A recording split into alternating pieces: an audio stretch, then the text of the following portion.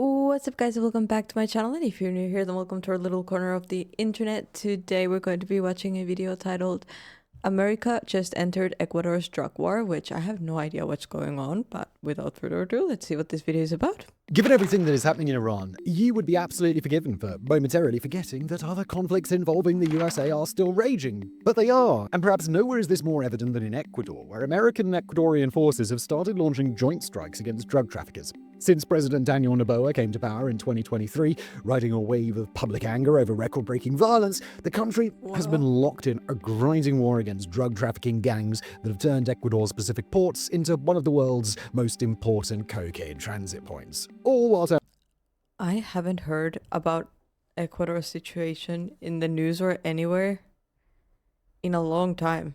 So, I mean, I knew obviously that there is issues with gangs and so on, but I did not know the scale of it. turning Ecuador itself into one of the most dangerous nations on the planet.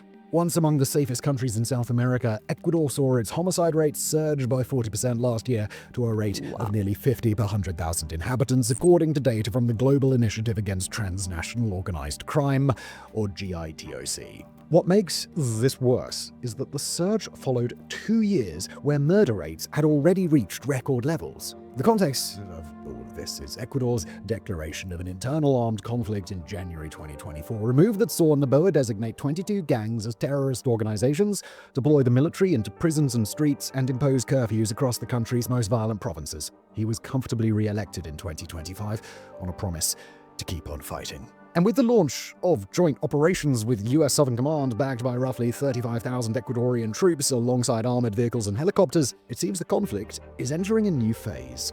Ecuador's Interior Minister, John Reinberg, put it plainly, telling the press, "We're at war." But whether this war is being won is a different question entirely. Before the strikes. The months leading up to the joint strikes were among the worst in Ecuador's recent history. The country closed 2025 with 9,161 intentional homicides, which may not sound like so much until you realize that in 2023, the last year that we have What do you mean it may not sound as too much? closed 2025 with 9,161 Closed 2025 with 9,961 intentional homicides in a year? What? for the strikes. The months leading up to the joint strikes were among the worst in Ecuador's recent history. The country closed 2025 with 9,161 intentional homicides, which may not sound like That's wild. so much until you realize that in 2023, the last year that we have accurate data for, the whole of the USA recorded 22,830 homicides. Ecuador's population is roughly 18 million, while the US is home to 340 million people. To give you some idea of the scale of the crisis the Andean nation is facing, consider this simple yet staggering fact. Were Ecuador's homicide rate to be magically transplanted to the USA, that would mean over 170,000 Americans being murdered each year. Even more significant was the nature of this violence. According to Matias Abad-Machan, a professor at the University of Azuay, 95.4% of the deaths were directly associated with organized crime, territorial control disputes, and illicit economies linked to drug trafficking. And the last 2 months of the year were among the most deadly. Between the 1st of November and the 23rd of December, 1,232 people were murdered in the provinces under a state of emergency. These include Guayas, Esmeraldas, Los Rios, El Oro, Santa Elena, and Manabi in the coastal area, Loya in the south, and Chimborazo in the center. And the violence wasn't just limited to the streets. Ecuador's prisons, which have long functioned as operational headquarters for the country's gangs, saw some of the worst bloodshed. In November 2025, 2 clashes between rival groups inside a southern prison left at least 31 inmates dead, 27 of whom were killed by asphyxiation. Then in December, at least 13 more inmates were found dead at the same facility. According to reports from local media and statements from Ecuador's prison service, SNI, a drone carrying explosives was detonated roughly 100 meters from the prison as a diversion, drawing guards away from the killings as they took place inside. Outside the prisons, the violence reached into corners of Ecuadorian life that would have been unthinkable a few years ago, including professional football or soccer for our American-inclined friends. In December, former national team player Mario Pineda was shot and killed, the fifth Ecuadorian footballer to be murdered in 2025 alone. The targeting of footballers began No, this is wild. How do things get so out of hand, though? This is insane. with an attack on Richard Mina of Liga de Quito, who was wounded in an alleged robbery in Guayaquil before spreading to other districts. According to Spanish-language outlet El País, most of these killings were linked to sports betting, which has become quickly a new niche for organized crime. To try and stem the worst of the violence, Ecuador took the unusual step of restricting most of its border crossings with Colombia and Peru, leaving only 2 key international points open, citing national security concerns tied to organized crime and narco-trafficking along the northern and southern frontiers. Ecuador shares approximately 600 kilometers of northern border with... I have absolutely nothing to add to this, since this is all new information for me, so that's why I'm quiet. But I had no idea that the situation was this bad in Ecuador. I don't know why, but I just haven't heard of it as much as, for example, Colombia or Venezuela or other countries.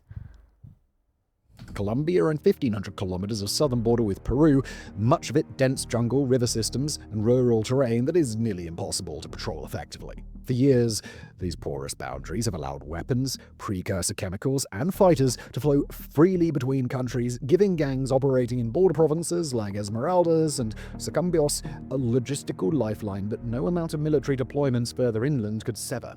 And that's really important, because Colombia and Peru are the top producers of cocaine in the entire world. And now everyone from Mexican cartels and Colombian guerrilla forces to the Albanian mafia are competing to control the routes, allowing that cocaine to flow down to Ecuador's ports and on out into the rest of the world. Hence the growing crackdown in the country. By mid-January this year, Quito had deployed 10,000 soldiers to 3 coastal provinces, Guayas, Manabí, and Los Rios. Hundreds of Special Forces soldiers were sent in to reinforce operations. The nation's defense minister, Giancarlo Lafredo, instructed the military high command to operate indefinitely out of Guayaquil, with troops inspecting seaports critical to the drug trade. In a statement, the defense ministry made it clear that they were going to do all that they could to eliminate the threat. It said, in part, and we'll quote them here, "Prison or hell for anyone who jeopardizes security." By mid-February, it was clear that even the threat of hell itself was not enough. On the 16th of February, 75,000 soldiers and police officers were deployed to 4 provinces, Guayas, El Oro, Los Rios, and Santo Domingo de los Tajiras, accompanied by a nightly curfew from 11 p.m. to 5 a.m. Interior Minister Reinberg told reporters that troops had even used artillery to destroy targets in the region, though he gave no details about what was struck.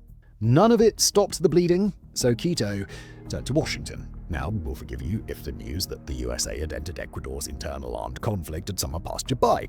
The world has been so consumed by the fire in the Middle East that even closely watched conflicts like the one in Ukraine are being crowded out of the news. Yet, Okay, but what do you guys think is a solution to a situation that gets this out of hand? I mean, what do you even do at this point? How can it be stopped? Because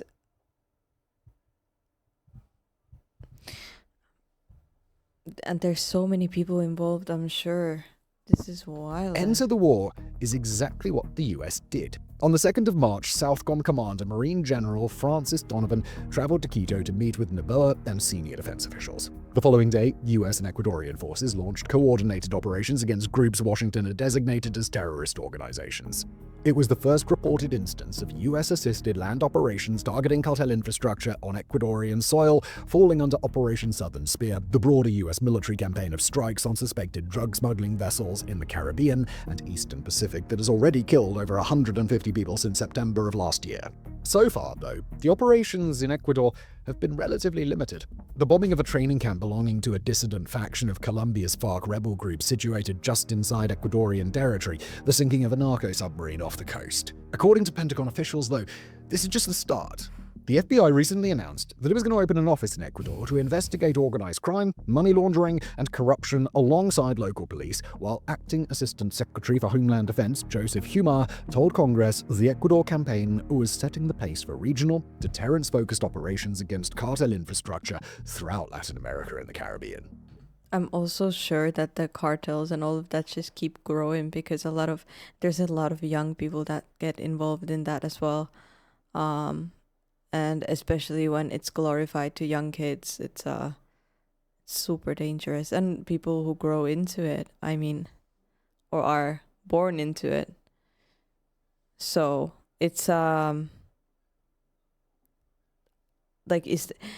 don't think there would be even there would not probably be there could be a way to control it, but not probably to eliminate it. But while the White House claims the ongoing operation is racking up success after success, it's also creating diplomatic friction in the region. Nowhere is that clearer than between Quito and Bogota, Colombia. We are being bombed from Ecuador. That was the message from Colombia's president, Gustavo Petro, who, on the 17th of March, accused Quito of bombing targets inside Colombian territory, saying later that the burned remains of nearly 30 people had been found near the border in what The Guardian described as a sharp deterioration of relations between the two neighboring countries. The Colombian leader also claimed that an unexploded bomb dropped from an aircraft was found 100 meters from the home of an impoverished peasant family. Ecuador's President Daniel Noboa has denied the accusations, insisting his government's security forces were operating strictly within national borders. But then he also added that Ecuador was fighting narco-terrorism in all its forms and bombing places that serve as hideouts for those groups, many of which, he claimed, were Colombian. Well, we obviously don't know what happened on the ground, given that we are tens of thousands of kilometers away, but we can safely assume, given President Noboa's assertion, that many of the groups being targeted were Colombian, and that some strikes may well have landed within Bogota's territory. This is a major concern for Colombia because it suggests a violation of national sovereignty, one that risks escalating a localized counter-terrorism operation into a wider conflict. Now, to be clear, we're not saying that the situation between Colombia and Ecuador could deteriorate to the point that Quito and Bogota declare war on one another. Rather, we are warning that this situation, if not handled correctly, does have the potential to escalate far beyond what anyone envisioned when designing the counter-terrorism operations. Because after all, this isn't the first time that the two leaders are clashing. Noboa, who is a close ally of President Trump, has repeatedly blamed Colombia for failing to prevent criminal groups operating along their porous shared border. I wonder what joke was made before this photo was taken. Colombia for failing to prevent criminal groups operating Also, damn. Trump's teeth are pretty nice. Along their porous shared border. Apart from closing the border, President Noboa has imposed a 30% security tax on Colombian imports, citing what he described as insufficient action against drug trafficking. Colombia retaliated with tariffs of its own and cuts to electricity exports. Given the state of the world right now, it's not hard to see how this diplomatic crisis could escalate. Right? And that's before we even get onto the sour relationship between Washington and Bogota. Although Trump and Petro met in February, with Trump announcing that the meeting was terrific, the relationship between the two nations hasn't noticeably improved since the two presidents began clashing on social media last year. Colombia was left out of the Shield of the Americas program, unlike Ecuador, which was invited to join.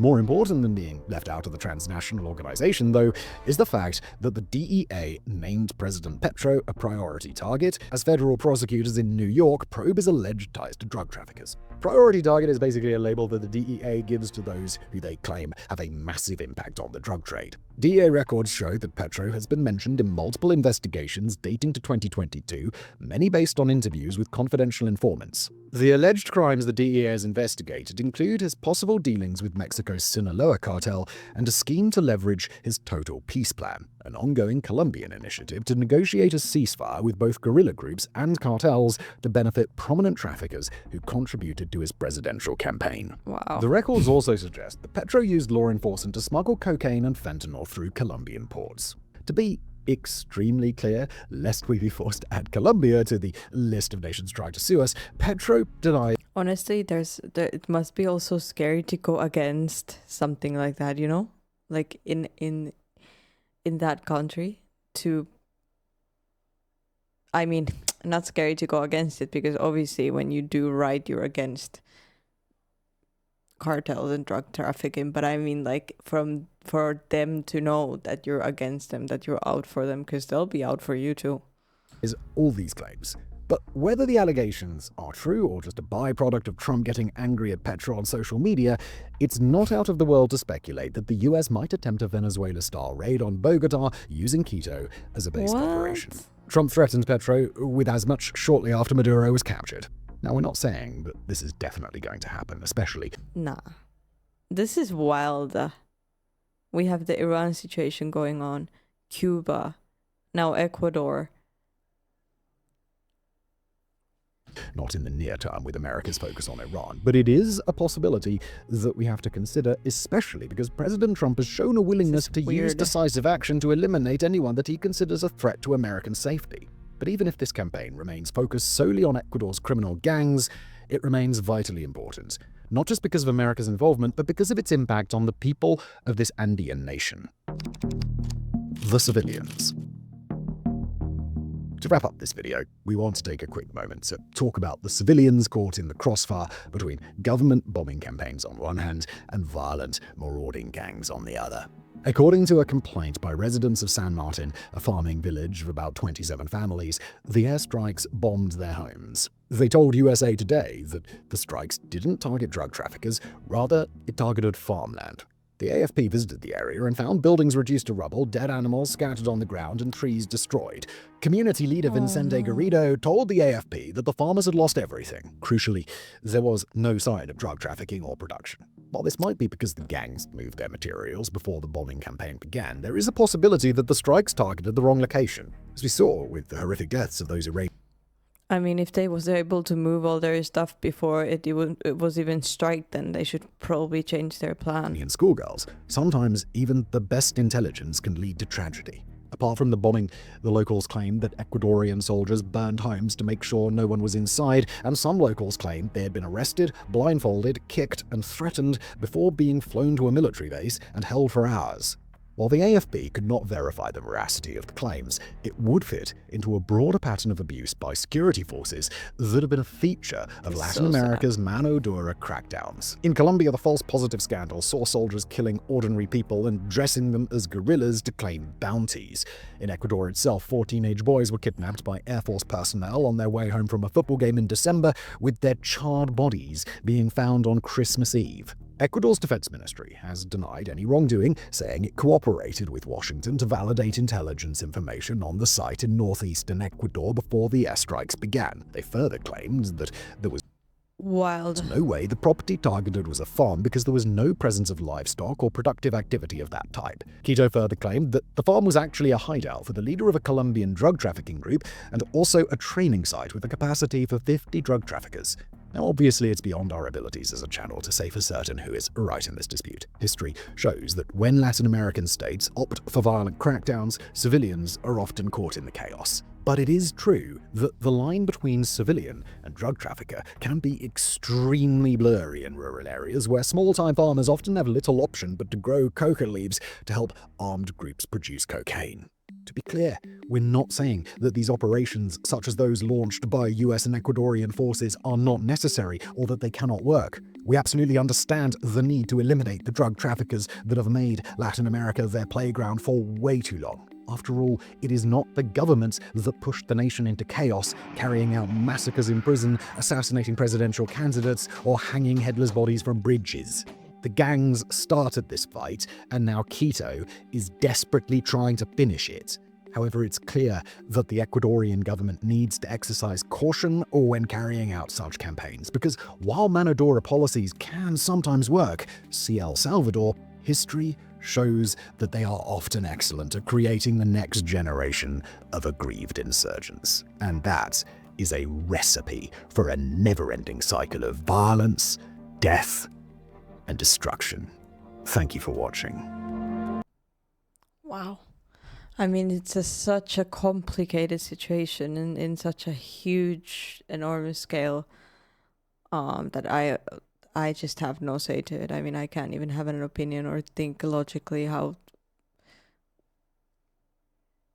what is correct and what's not. So But yeah, I was not expecting that at all. I don't know why, but I just I didn't I like I said before, I didn't know the situation before now.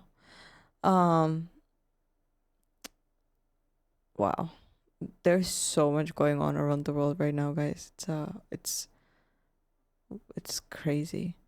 Either way, thank you so much for joining me for this video. I really hope you found it informative, and just thank you for being here. Please leave a like, leave your thoughts in the comments below, subscribe if you want to, and I'll see you guys in the next video.